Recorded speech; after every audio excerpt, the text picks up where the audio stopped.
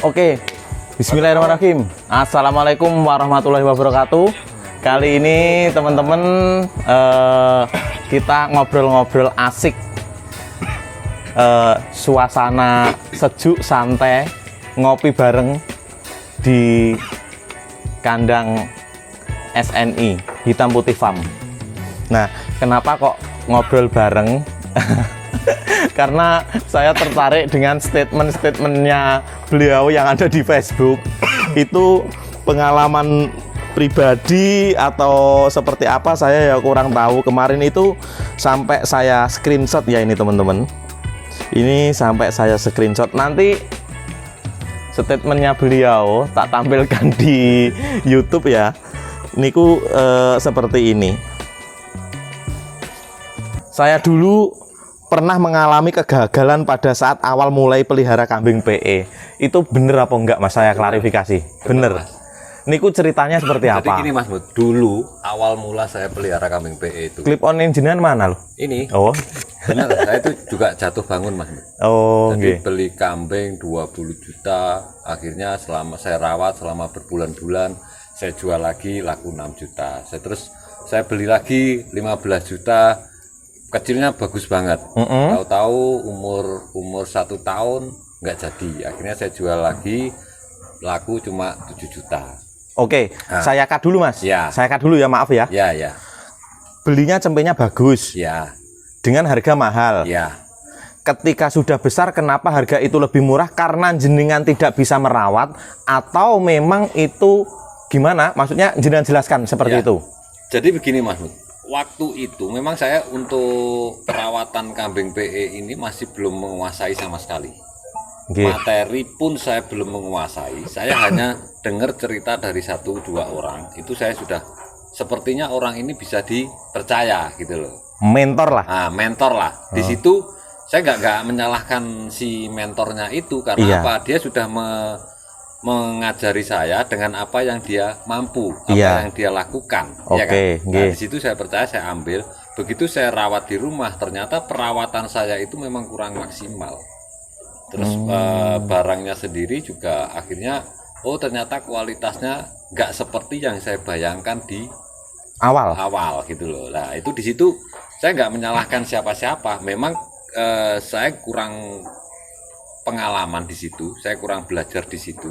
Mungkin saya harus banyak belajar lagi di tempat-tempat lain. Jadi saya nggak mengambil sisi negatifnya, saya ambil sisi positifnya. Karena setiap belajar itu memang membutuhkan biaya, waktu, tenaga. Itu memang harus dilakukan. Bukan sia-sia, karena belajar ini nggak ada kata sia-sia Mas. Oke. Gitu. Terus gini Mas, jenengan dari kegagalan itu sampai sekarang bisa sampai seperti ini ya, dengan kandang sampai seperti ini.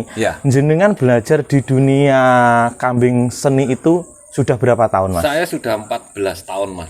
14 tahun? 14 tahun baru bisa merasakan pencapaian yang seperti ini. Jadi kalau masih setahun 2 tahun sudah bilang wah saya pelihara kambing PE ini nggak pernah untung, rugi terus dah. Saya ini 14 tahun Mas baru bisa menampilkan kondisi yang seperti ini. 14 tahun ya. Berarti gini teman-teman. Kekonsistenan itu tadi ya, kekonsistenan itu perlu dan sangat ketika kita memang ternak harus tekun ya, tekun ngerawatnya harus ulet, pokoknya harus gigih segalanya. Pokoknya yang namanya ngerawat kambing itu perasaan saya Mas ya, yang paling sulit itu ngerawat kambing seni ya. Kambing seni itu memang benar-benar luar biasa. Kalau pedaging yang penting gemuk kan kita sudah ya. Beres. Oke. Tapi kalau kambing seni itu masih nyuci, terus bulunya, pokoknya segala macam. Komplit segala susah dukanya. Senang, susah. Apapun itu di kambing PE ini komplit. Komplit banget Mas. Jadi di media sosial dengan konfliknya, di kandang dengan suasana harmoni ngopinya, ya toh? Jadi suka dukanya kambing PE itu memang komplit. Makanya dibilang etawa luar biasa itu ya luar biasa bahagianya, luar biasa konfliknya, luar biasa apalah itu yang dinamakan di di luar sana, di media, di kandang-kandang teman-teman, ya seperti itu. Oke, ini dapat ilmu baru lagi nih teman-teman dari beliau, karena kemarin kan ya mengeluarkan statement yang ada di Facebook itu, saya kok penasaran, berarti Pak Budi ini ndak langsung kayak seperti ini, ada jatuh bangunnya juga, kan gitu ya. Ndak ada yang instan. Orang mie instan aja ketika mau makan masih masak dulu ya. Dan proses itu butuh konsisten yang tinggi. Oke, siap. Gini nih teman-teman, kayak saya juga masih pemula, saya banyak nanya ke beliau karena tak anggap senior, tak anggap maksudnya bukan kok senior itu lebih pinter, enggak, cuma kita sharing ya Mas ya. Benar, kita sharing, kita ambil sisi positifnya, kita tinggal sisi negatifnya. Ketika memang menurut kita bener, terus menurut kita bagus untuk di kandang kita pakai. Kalau menurut kita kurang bagus di kandangnya kita, ya ndak usah dipakai, kan gitu ya. Bener. Oke. Nah, menurut jenengan Mas, ini saya tanya lagi, di saat-saat ini pasar kambing seni itu kan ya ndak secepat dulu ya, keluar masuknya gitu. Pandangan jenengan seperti apa? Kalau harga kambing itu memang yang menentukan itu peminat, pasar peminat. Iya, ya kan? Di saat peminat ini lagi lesu, ya otomatis harga kambing jadi turun. Kalau peminat ini lagi kenceng, ya otomatis harga kambing akan naik gitu loh. Jadi hukum pasar ini dari dulu, mulai saya pelihara kambing ini memang seperti ini gapnya. Naik turun, stagnan, naik turun, stagnan gitu. Dari dulu saya pelihara kambing harga 4 juta itu sudah juara nasional. Sekarang juara nasional paling di harga di atas 50 juta. Nah ini kan berarti nggak ada penurunan sebetulnya Mas Mut. Iya. Hanya stagnan, naik, stagnan, naik. Kalau penurunan saya pikir nggak ada. Dari dulu nggak ada penurunan harga kambing PE. Hukum ekonomi ya Mas. Hukum ekonomi pasti berlaku. Itu tidak berlaku di dunia peternakan ini aja. Semua ekonomi pasti berdampak di tahun-tahun politik ini. Oke. Berarti gini nih teman-teman. Tetap yang satunya karena gini, saya punya mindset dan Mas Budi punya mindset sendiri, punya argumen. Karena kalau saya, ternak itu harus untung. Ternak itu harus untung. Harus untung. Ketika saya tidak untung, saya nggak mau ternak. Ngapain saya susah-susah ternak? Tapi Mas Budi tadi sudah mematahkan kekonsistenan ya Mas ya.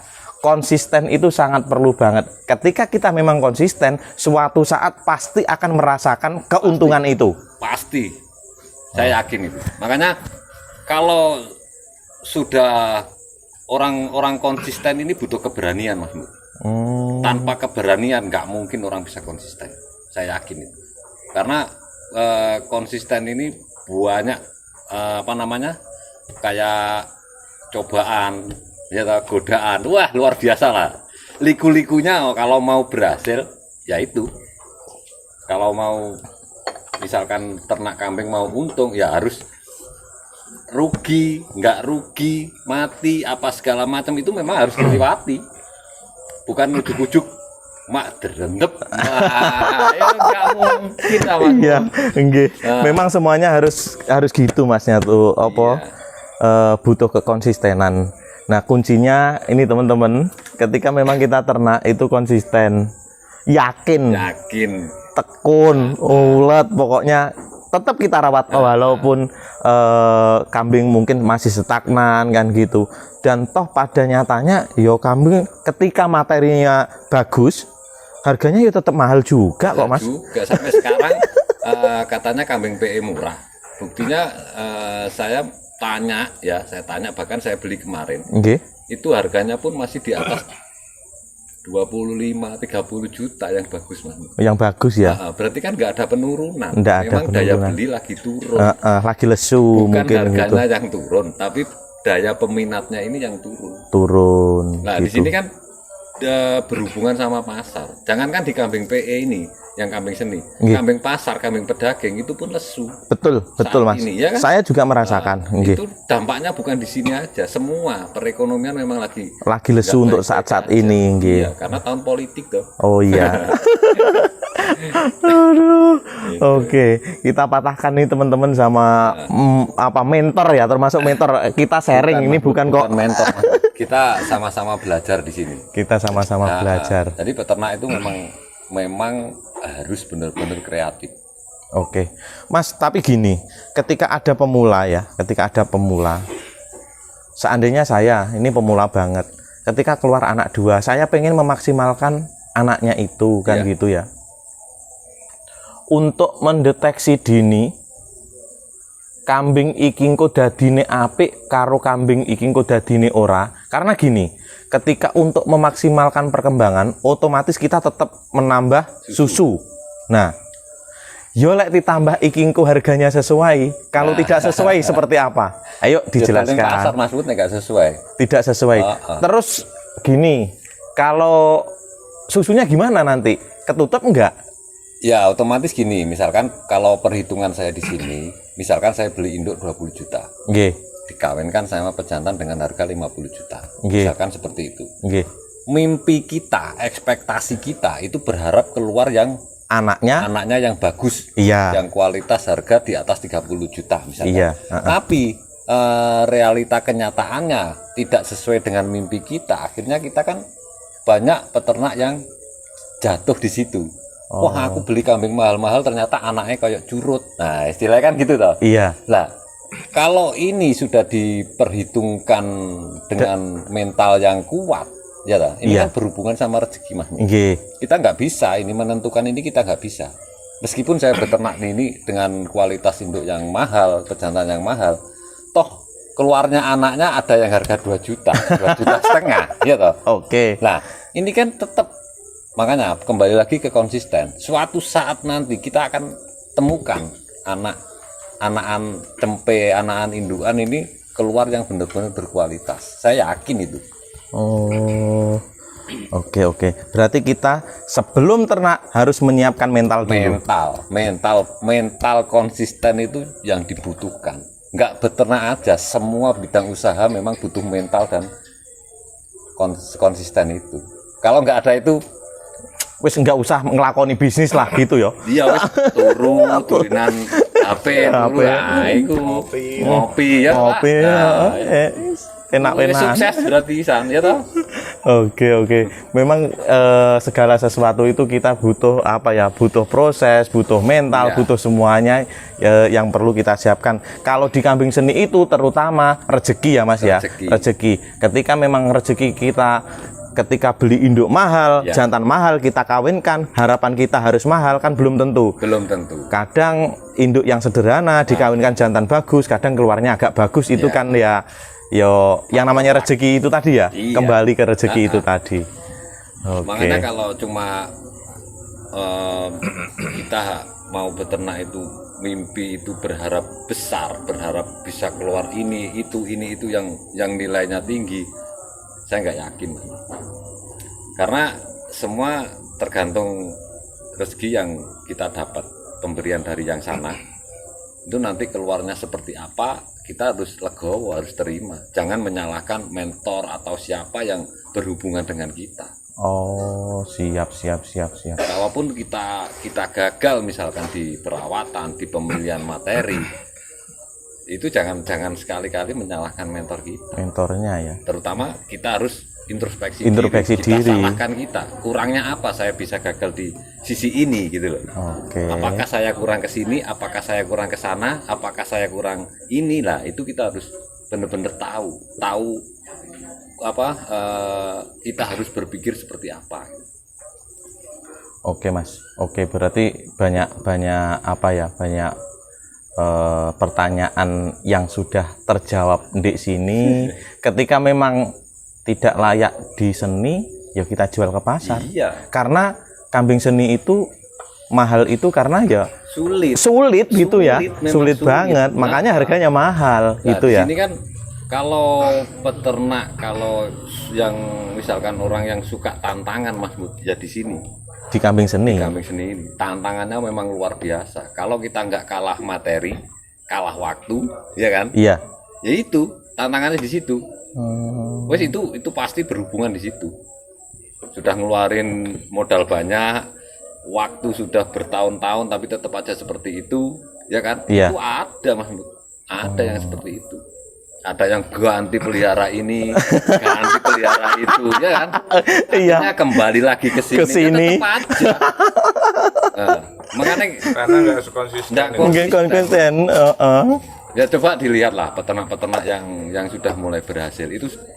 Coba Masmu tanya, ya itu sudah berapa tahun perjalanannya? Iya. Terus suka dukanya itu seperti apa? Kalau saya nggak ngalamin sendiri, saya nggak mungkin bisa cerita seperti itu. Jadi dari pengalaman saya dari awal pemula sampai sekarang, memang perjalanan beternak lika-likunya di kambing seni itu seperti itu.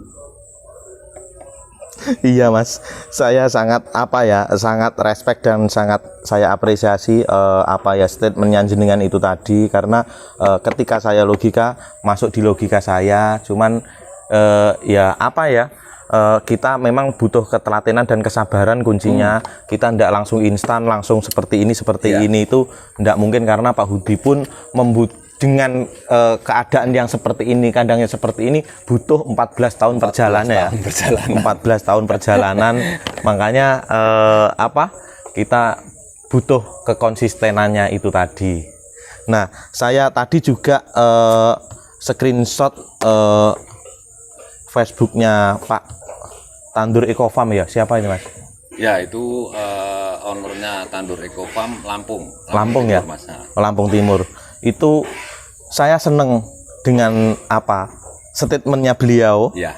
Itu tadi seperti ini, saya bacakan ya. Ya. Semangat breeding meluap, tapi tingkat kematian yang tinggi seringkali membuat patah semangat. Ya. Keinginan menggebu untuk memiliki kambing istimewa, tapi pemahaman materi yang belum mumpuni membuat kecewa. Terus lagi, mimpi bisnis berjalan lancar, yang terjadi justru komplain pelanggan datang mencecar.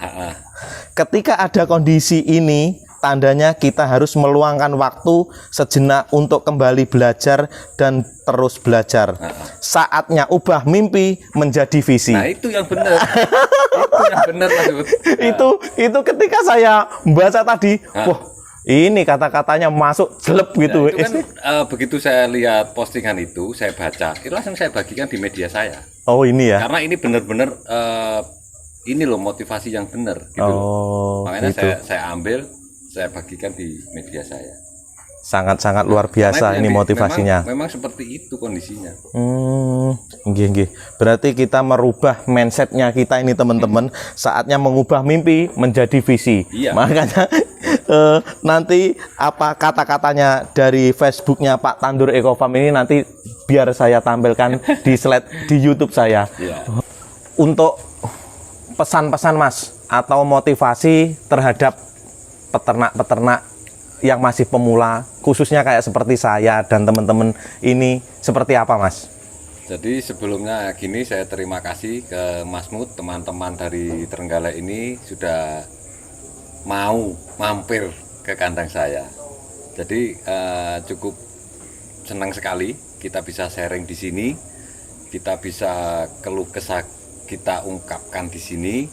Mudah-mudahan untuk peternak itu bisa lebih konsisten, lebih kreatif, dan mau belajar ke tempat-tempat para peternak-peternak yang lain. Jangan kita belajar di tempat-tempat yang dianggap sudah senior. Bahkan pemula pun ada yang lebih pintar dari senior. Gitu. Jadi kita harus tetap konsisten, Mas.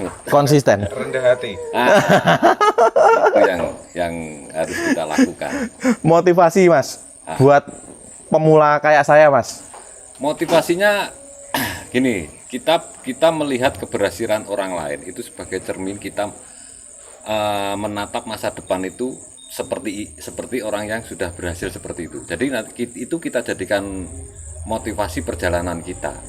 Jadi jangan cuma melihat kegagalan orang lain terus kita berlarut-larut. Kalau saya mau ke sini, nanti saya akan jadi seperti itu. Itu jangan seperti itu, Mas. Kita harus tetap yakin bahwa dia bisa seperti itu, saya pun mampu bisa seperti itu. Kalau bisa, saya lebih dari itu. Nah, itu maksud. Oke, nah, ada lagi Mas yang perlu disampaikan? Tetap semangat, jangan putus asa di saat kondisi yang seperti ini.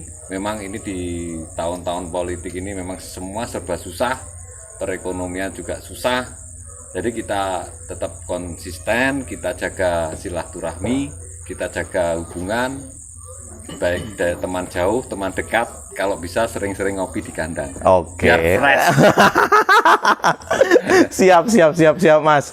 Oke, berarti itu tadi teman-teman motivasi terhadap khususnya kayak saya, karena datang ke sini nih saya sharing ke beliau biar yo enek gunane lah ngopi ngene iki kan.